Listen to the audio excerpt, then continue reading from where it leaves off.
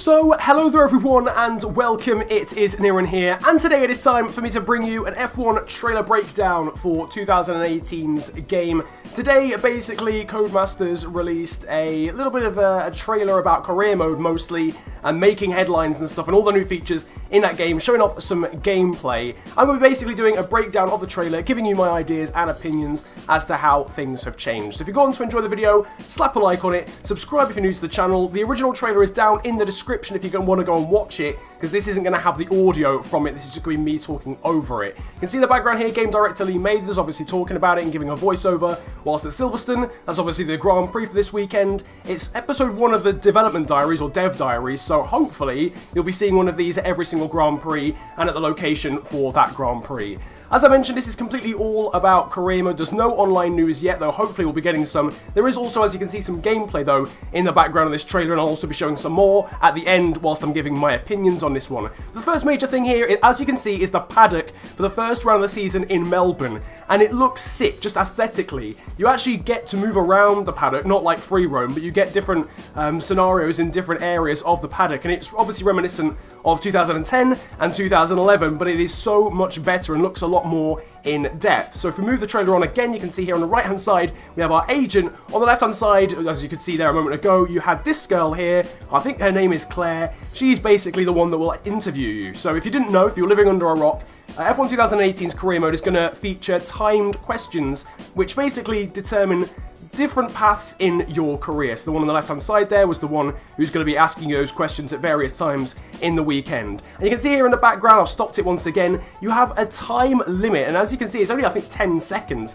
and you've got to read through all of these different answers, and all these different answers will change or determine how your path and career might go in the form of sportsmanship or showmanship, and also relations with other teams and drivers. You can see here we've chosen the bottom one, and on the bottom left of the screen, your power unit department will notice that. Basically, it's a comment suggesting that the engine for this team is the best out there, and obviously that has improved your relationship now with the PU department, and maybe means you'll get faster upgrades. So stuff like that is really an added balance, or added sort of barometer now that you've got to take into account when playing career mode on F1 2018. Now in the background you're seeing some new and also existing cutscenes, which I think look a little bit better. This one with Valtteri Bottas I think was on F1 2017. This one here though with the Force India is a slightly new one. So a nice little variance and a nice little change up actually of the different cutscenes that we're going to have in career mode. In the background now Lee Mathers talking about the difference really between sportsmanship and showmanship. You can see here Daniel Ricciardo, more of an example of showmanship realistically.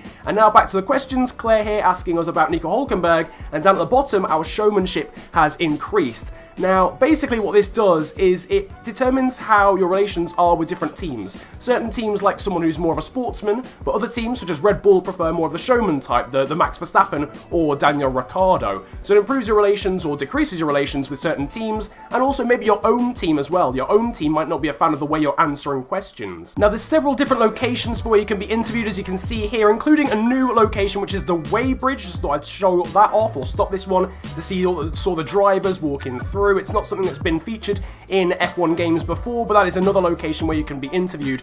And you can see Charles Leclerc here, and you'll also see a couple of other ones, Sergio Perez and also Sergei Sorokin. And in my opinion, it hasn't really been talked about, but for me, the face scans have massively increased. I'll get back onto that in a moment, but as you can see here, down at the bottom again, you've answered positively about Haas. They put a lot of faith in me, and I'm going to bring home the points for them. That has increased the reputation of Haas. So maybe if you were to go with the left-hand side, maybe that would decrease your reputation with your current team. So it really does depend, and it's a nice little variable. And the fact that it's under pressure, I think, is really good, because you can sit there for ages planning what you're going to say, thinking about what the best thing to say is.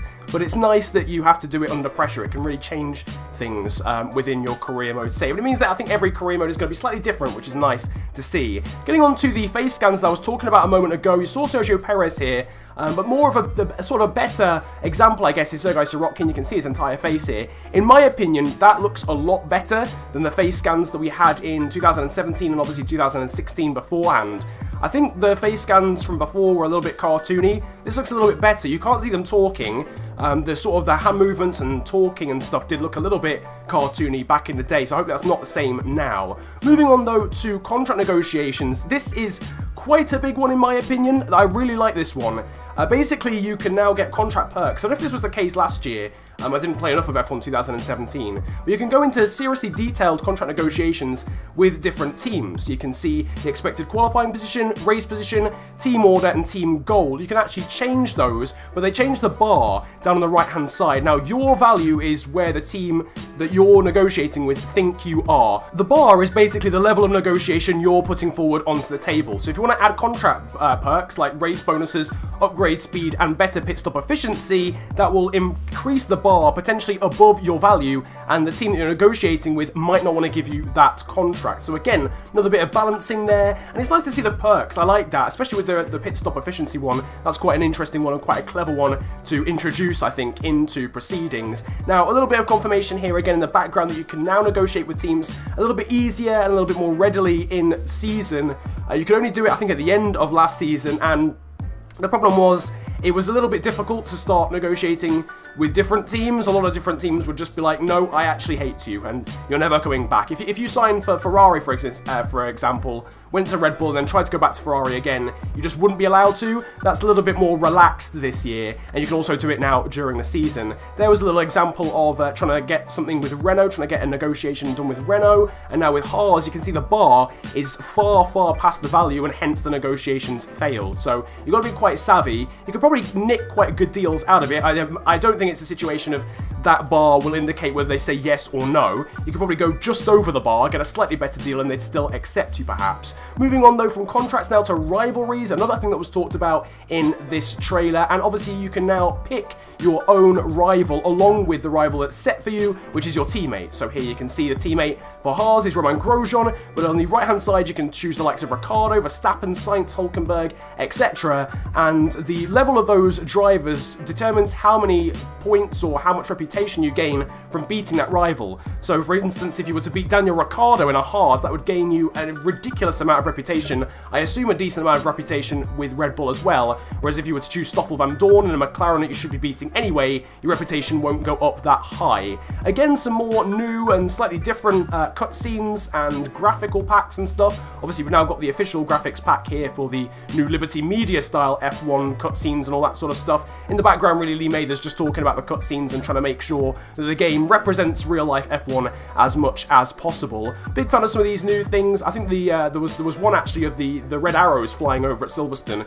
Really big fan of that one. And interestingly enough, these cutscenes actually are based upon races that happened in previous races throughout the season. So if you have a race where Daniel Ricciardo retires unexpectedly, the commentators and the cutscenes will focus on Daniel Ricciardo. That is basically the end though of the trailer, so let me know what your thoughts are down in the comments section below. In terms of my opinions, I think it's definitely a stride forward in terms of career mode, and I will definitely help this game mode become a little bit less stale. I think the stuff with the classic cars became quite old very quickly. It was a good addition, and the R&D enhancements were good as well, but I feel like this will last a little bit longer with the way it will change career mode, and the fact you'll hopefully get a very different range of questions. That's going to determine it as well. If there's a very limited pool of questions that Claire asks you and different scenarios, then it's going to get stale very quickly, but hopefully there's a large pool of those to keep everyone interested for a long period of time. Obviously there's been a lot of news about career mode. There'll be more stuff I imagine coming out soon in future dev diaries, and once again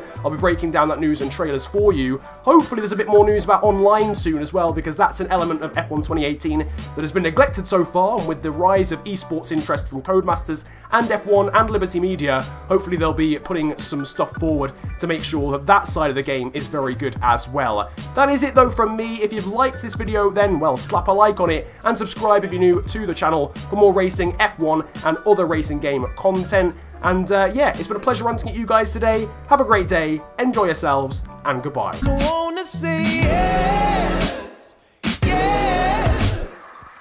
I see you next time. Said I want to be